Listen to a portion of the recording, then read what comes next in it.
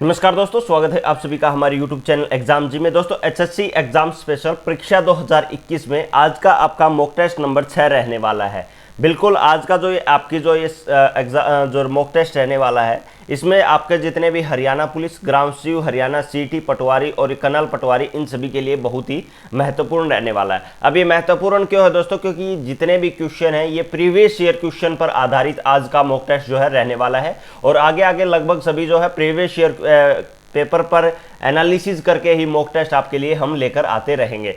तो आज का डेली सबसे पहले मैं आप सभी को बता दूं 7 PM पर हमारे चैनल पर एग्जाम जी पर दोस्तों ये डेली मॉक टेस्ट डाला जाता है 7 PM पर। ठीक है, तो सभी बच्चे विजिट, अगर किसी को नोटिफिकेशन नहीं मिलता है तो आप अगर बात की जाए 7 PM पर ऑटोमेटिक अपने चैनल पर विजिट करके देख सकते हैं, अगर किसी को इनकेस नोटिफिकेशन नहीं मिलता है तो। और लगातार हरियाणा के और स्टेट गवर्नमेंट के, सेंट्रल गवर्नमेंट के सभी एग्जाम के अपडेट भी आपको कंटिन्यू मिलते रहेंगे।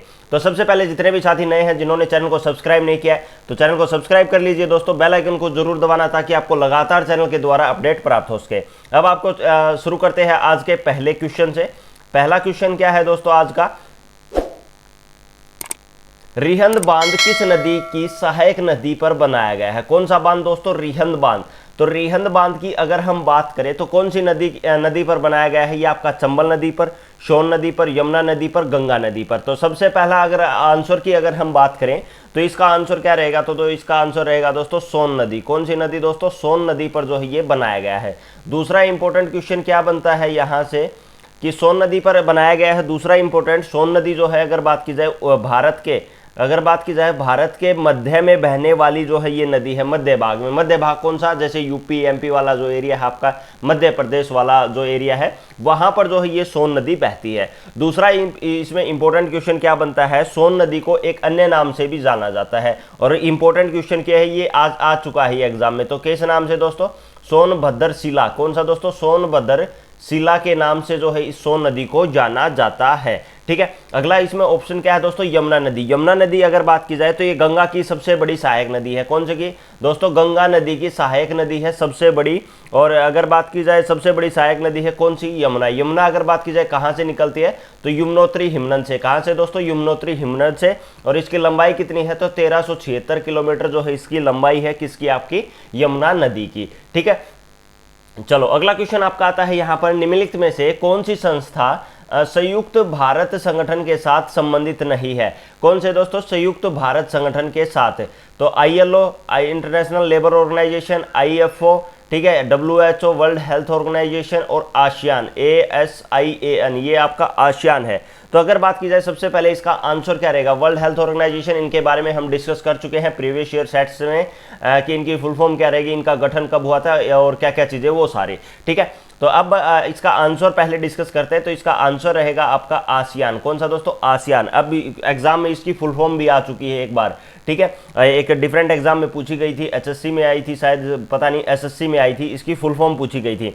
तो आसियान की फुल फॉर्म क्या रहेगी दोस्तों? एसोसिएशन ऑफ साउथ ईस्ट, क्या था दोस्तों? Association of south east Asian nation. कौन सा दोस्तों? एशियन नेशन जो है इसका, ये इसकी फुल फॉर्म रहेगी। अगर बात की जाए आसियान की स्थापना कब हुई थी तो 8 अगस्त 1967 को। कहाँ पर?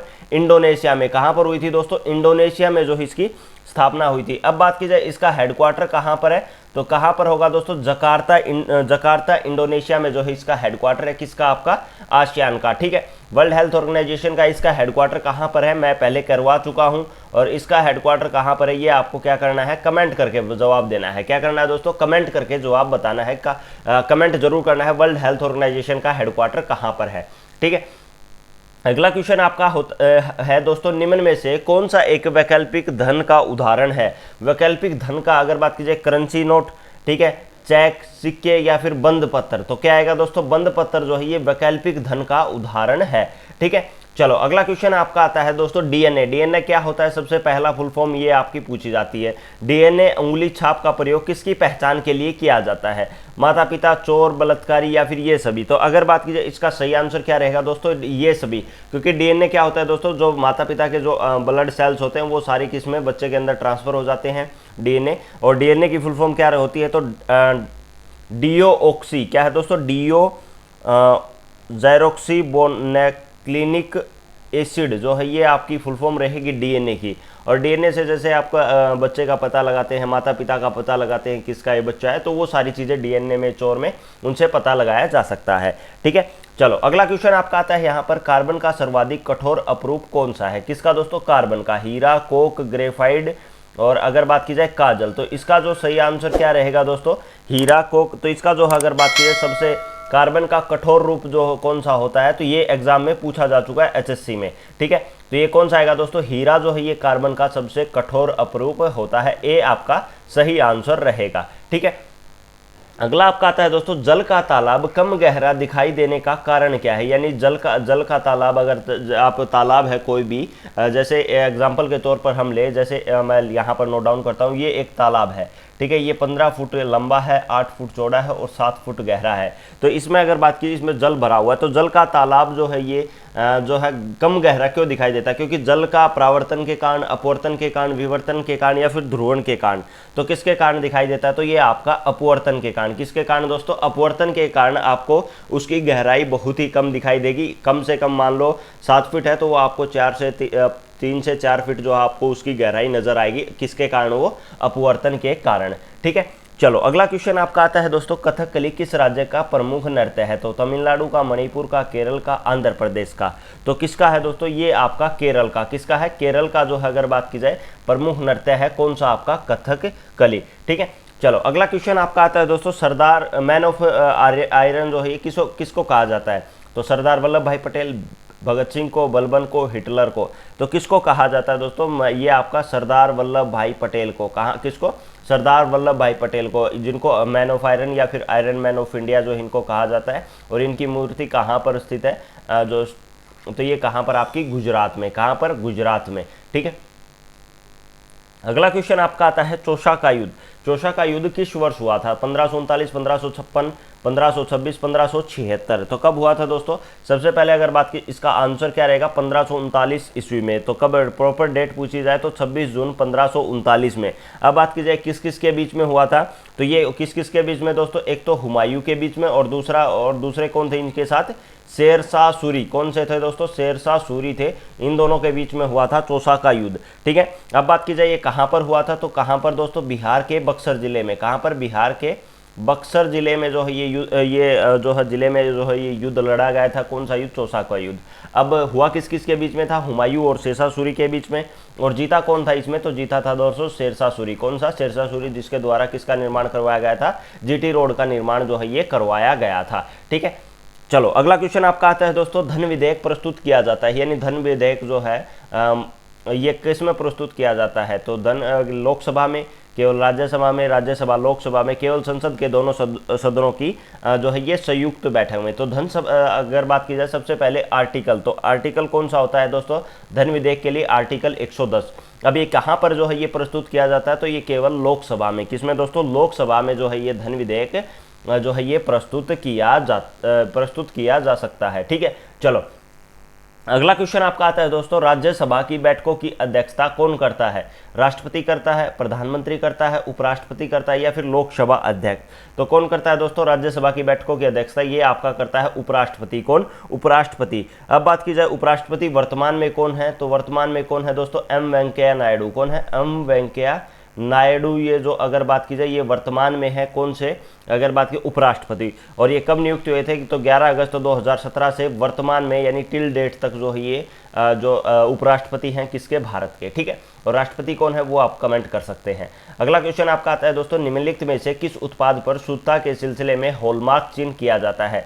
यानी कोई भी आप प्रोडक्ट लेते हैं, एग्जाम्पल के तौर पर ये इससे क्वेश्चन से हटके मैं आपको चीज़ें बताता हूँ एक बार। जैसे आप कोई भी किसी भी कंपनी का प्रोडक्ट लेते हैं, या आप पेन लेते हैं, लैपटॉप लेते हैं, कुछ भी XYZ, तो उस पर क्या होता है दोस्तों? उनका जो है लोगो लगा हुआ होता है, हॉलमार्क बोल सकते हैं। जैसे आपने एक रेफ्रिजरेटर लिया, जैसे गोदरेज का लिया, सैमसंग का लिया, तो उस पर क्या होता है? एक मार्का होता है। तो उस मार्का वो भी किस चीज़ का मार्का है? उस प्रोडक्ट के कंपनी का, कि ये प्रोडक्ट हमारी कंपनी का। तो इसी प्रकार अगर बात की जाए उसकी शुद्धता के सिलसिले में हॉलमार्क चिन्ह अंकित किया जाता है। तो किसके चिन्ह में दोस्तों? रेशम उत्पाद के में, स्वर्ण आभूषण में, खाद्य पदार्थ में या फिर पर्यावरण मित्र उत्पाद में। तो किसमें? स्वर्ण आभूषण में। यानी अगर बात की जाए आप सोने के आभूषण जितने भी लेते हैं तो उसके ऊपर हॉलमार्क होता है। हॉलमार्क चिन्ह वो आपका प्रॉपर बिल जो बनता है वो हॉलमार्क के हिसाब से ही बनता है, उस पर आपका जीएसटी वगैरह सारी चीज़ें लगती हैं। ठीक है, तो सी आपका जो है ये सही आंसर रहेगा। अगला क्वेश्चन आता है दोस्तों, क्या रुधिर संकंदन में मदद करने वाला विटामिन है रुधिर में। तो रुधिर अगर कहा दिया ब्लड को जमाने में बोल सकते हैं हम इसको, तो कौन सा अगर बात की जाए विटामिन सी, ई, विटामिन डी, विटामिन के, तो इसका सही आंसर क्या रहेगा दोस्तों? विटामिन के, जो कि रुधिर का रक्त जो है स्त्राव होना जो है इससे होता है। दूसरा आपका अगर बात की जाए इसमें जो है विटामिन के की कमी से कौन कौन से रोग हो सकते हैं दोस्तों? ऐठन हो सकता है, हीमोफीलिया जो है ये मैं लिख देता हूँ एक बार, आपका ऐठन, हीमोफीलिया जो है ये रोग हो सकते हैं किसकी? विटामिन के की कमी से। ठीक है, दूसरा यहाँ पर इंपॉर्टेंट क्या है दोस्तों? इसका रासायनिक नाम क्या है दोस्तों? रासायनिक नाम, साइंटिफिक नाम तो क्या है? फिलिक्लोवानान क्या है दोस्तों? फिलिक्लोवानान जो है ये इसका रासायनिक नाम है किसका? विटामिन के का। अगला क्वेश्चन आपका आता है दोस्तों, एसईजेड का पूर्ण रूप क्या है? तो small economic zone, social economic zone, special economic zone या फिर सर्विस एंड इकोनॉमिक जोन। तो इसका जो सही आंसर क्या रहेगा दोस्तों? स्पेशल इकोनॉमिक जोन, एसईजेड बोलते हैं इसको, स्पेशल इकोनॉमिक जोन। सी जो है इसका सही आंसर रहेगा। ठीक है, अगला क्वेश्चन आता है दोस्तों, कंप्यूटर के लिए आईसी चिप आमतौर पर बनाए जाते हैं। तो आईसी चिप क्या होता है दोस्तों? Integrated circuit chip. क्या होता है? इंटीग्रेटेड सर्किट चिप, जो कि कंप्यूटर में लगे हुए थे, आपके लैपटॉप में भी और कंप्यूटर में भी, फ़ोन में भी यूज़ किए जाते हैं लगभग इनका। तो आईसी चिप, क्योंकि आजकल जो है प्रोसेसर काफ़ी हाई हो रहे हैं फ़ोन में भी, तो उसमें भी यूज़ किया जाता है। तो अब बात की जाए क्रोमियम के बने होते हैं, शीशा के, सिलिकॉन के या फिर कॉपर के। तो किसके बने होते हैं दोस्तों? आईसी चिप भी आपके सिलिकॉन के बने होते हैं। किस चीज़ के? सिलिकॉन के बने होते हैं। ए बी बिल्कुल आपका सही आंसर रहेगा। अगला क्वेश्चन आता है आपको यहाँ पर, राष्ट्रीय राजमार्गों की देखरेख की जिम्मेदारी किसकी होती है? राष्ट्रीय राजमार्ग मतलब नेशनल हाईवे। ठीक है, नेशनल हाईवे की जिम्मेदारी किसकी होती है दोस्तों? केंद्र सरकार की, दोनों परस्पर मिलकर, राज्य सरकार या फिर विदेशी सहायता द्वारा। दोनों परस्पर मिलकर मतलब केंद्र सरकार और राज्य सरकार। तो इसका जो सही आंसर रहेगा दोस्तों, इसका जो देखरेख का हिस्सा होता है वो आपका केंद्र सरकार, और केंद्र सरकार ने भी एक डिपार्टमेंट बनाया हुआ है। तो कौन सा दोस्तों? NHAI यानी national highway authority of India. ठीक है, national highway authority of India बनाया है, जो कि जिसका गठन कब किया गया था? 1988 में, और इसकी सभी की देखरेख कौन करता है? आपका केंद्र सरकार। अब आता है आपका स्टेट राजमार्ग, जो आपका अगर बात की जाए जिलों के, राज्यों के जो राजमार्ग होते हैं उनकी देखरेख कौन करता है? राज्य सरकार करती है। और जो आपके गाँव के जो अगर बात की जाए, जो आपके गाँव की सड़क वगैरह होती हैं उनकी देखरेख कौन करता है? तो आपका PWD कौन करता है दोस्तों? PWD उनकी देखरेख जो है ये करता है। ठीक है, चलो अगला क्वेश्चन आपका आता है, अभी तक जिन्होंने देखो डेली आप सभी का ये मॉक टेस्ट डेली 7 PM पर आप सभी का रहता है। तो आप सभी से रिक्वेस्ट है, जितने भी बच्चे देख रहे हैं जिन्होंने चैनल सब्सक्राइब नहीं किया, तो दोस्तों सब्सक्राइब कर लीजिए, ताकि आपको लगातार जो है ये मॉक टेस्ट आपको डेली कंटिन्यू मिलते रहेंगे। कोई भी दिन ऐसा नहीं जाएगा जिस दिन आपको मॉक टेस्ट नहीं मिलेगा। 100% गारंटी के साथ आपको डेली 7 PM पर मिलता रहेगा मॉक टेस्ट। और सभी बच्चे जो है अगर जिनको पसंद आए तो चैनल को सब्सक्राइब कर दीजिए, शेयर जरूर करें। आपके जितने भी फेसबुक ग्रुप हैं, व्हाट्सअप ग्रुप है, टेलीग्राम है, जितने भी आप किसी भी कोचिंग इंस्टीट्यूट के ग्रुप में जुड़े हुए हैं तो वहां पर शेयर जरूर करें। अगला क्वेश्चन आपका आता है दोस्तों, हरियाणा में देश के राष्ट्रीय राजमार्गों का लगभग कितना प्रतिशत भाग जो है ये पाया जाता है? 1%, 3%, 4%, 2%। तो इसका सही आंसर क्या रहेगा दोस्तों? 2% जो है इसका सही आंसर रहेगा। दूसरा दोस्तों, हमारे जो है आप सभी के लिए जो है HSC एग्जाम की स्पेशल जो है हरियाणा जीके की क्लासेज और HSC स्पेशल जो है मॉक टेस्ट 25 मॉक टेस्ट जो अभी कर रहे हैं, इनसे भी हाई लेवल के 25 मॉक टेस्ट आपकी 18 मंथ की करंट अफेयर और with previous year question 49 rupees में हमारे पेंसिल ऐप पर अवेलेबल है। लिंक नीचे डिस्क्रिप्शन में, ऐप आपको डाउनलोड करना है, वहाँ पर एग्जामजी नाम से आपको कम्युनिटी मिल जाएगी, एग्जामजी जो कि चैनल का नाम है। ठीक है, तो वहाँ पर आपको सभी ग्रुप मिल जाएंगे। वहाँ पर जो भी आपके मटेरियल है, जिसमें रेलवे के ग्रुप अलग हैं, SSC के अलग हैं, HSC के अलग हैं, तो वहाँ से आप वहाँ ज्वाइन कर सकते हैं। मॉक टेस्ट आपके लिए 49 रुपीज़ आपको पे करने पड़ेंगे। ठीक है, चलो अगला क्वेश्चन आपका आता है दोस्तों, निम्न में से कौन सा दोस्तों? निम्न में से कौन सा राष्ट्रीय राजमार्ग जो है ये हरियाणा से नहीं गुजरता? NH1 यानी national highway 1, NH2 national highway 2, NH10 मतलब नेशनल हाईवे 10। तो कौन सा जो NH5? तो ये कौन सा राष्ट्रीय राजमार्ग जो है ये हरियाणा से नहीं गुजरता? तो कौन सा दोस्तों? NH5। ऐसा क्वेश्चन भी एक बार HSC के अंदर पूछा जा चुका है। ठीक है। तो कौन सा नहीं गुजरता दोस्तों, नेशनल हाईवे 5। अब ये नेशनल हाईवे 5 कहाँ पर गुजरता है, तो कहाँ से दोस्तों, पंजाब से लेकर पंजाब से हिमाचल प्रदेश, यानी पंजाब के फिरोजपुर से हिमाचल प्रदेश में भारत व तिब्बत वाले एरिए में जो है ये NH5 हाईवे बना हुआ है। अगला क्वेश्चन आपका आता है दोस्तों, हरियाणा में राष्ट्रीय राजमार्ग की कुल लंबाई कितनी है। कौन सी दोस्तों, कुल लंबाई की अगर हम बात करें तो वो कितनी है, 2521 किलोमीटर, 1471, 1346 किलोमीटर, इनमें से कोई नहीं। तो कौन सा आएगा दोस्तों, 1346 किलोमीटर। ठीक है, चलो अगला क्वेश्चन आता है दोस्तों, हरियाणा में राष्ट्रीय राजमार्ग की लंबाई कितनी है, तो 2529 किलोमीटर, 1471, 21,429 या फिर 14,62। तो कितना हो जाएगा दोस्तों, इसका जो सही आंसर आपका रहेगा 2559 किलोमीटर, ए आपका सही आंसर रहेगा। अगला क्वेश्चन आता है दोस्तों, राज्य के किस जिलों में सड़कों की लंबाई सर्वाधिक है। तो कहाँ पर है दोस्तों, भिवानी में, हिसार में, सिरसा में, कुरुक्षेत्र में। तो कहाँ पर है दोस्तों, ये भिवानी जिला जो है सबसे बड़ा जो है बड़ा था पहले, चरखी दादरी अलग बनने से पहले। तो इसी के जो है सड़कों की लंबाई जो है भिवानी इसका सही आंसर रहेगा। अब किस जिले में सड़कों की लंबाई जो है ये सबसे कम है, फरीदाबाद, पलवल, पंचकुला, गुड़गांव। तो किस में है दोस्तों, ये आपका फरीदाबाद में। वैसे तो अगर बात की जाए, पॉपुलेशन काफ़ी ज़्यादा है, घनत्व काफ़ी जो है ज़्यादा है यहाँ पर, पॉपुलेशन क्योंकि ज़्यादा, क्योंकि इंडस्ट्रियल एरिया ज़्यादा है यहाँ पर, लेकिन सड़कों की, क्योंकि ज़िला भी छोटा है, बहुत छोटा ज़िला है ये, तो इसलिए जो है सड़कों की लंबाई भी जो है यहाँ पर सबसे कम है, इसलिए इसका आंसर ए जो है सही आंसर रहेगा। ठीक है, अगला क्वेश्चन है, हरियाणा के किस जिले में पक्की सड़कों का घनत्व प्रति 100 वर्ग किलोमीटर क्षेत्र पर सर्वाधिक है। यानी क्वेश्चन दोनों अलग हैं। अगर पक्की सड़कों की अगर लंबाई, अगर सड़कों की लंबाई की अगर बात करें तो भिवानी में सर्वाधिक है। अब बात कर रहे हैं पक्की सड़कों के घनत्व के, यानी प्रति 100 वर्ग किलोमीटर की अगर हम बात करें तो ये क्या आंसर रहेगा दोस्तों, अंबाला, यमुनानगर, कुरुक्षेत्र, फरीदाबाद। तो इसका जो सही आंसर रहेगा वो आपका कौन सा रहेगा दोस्तों, अंबाला। कौन सा, अंबाला जो है ये सही आंसर रहेगा।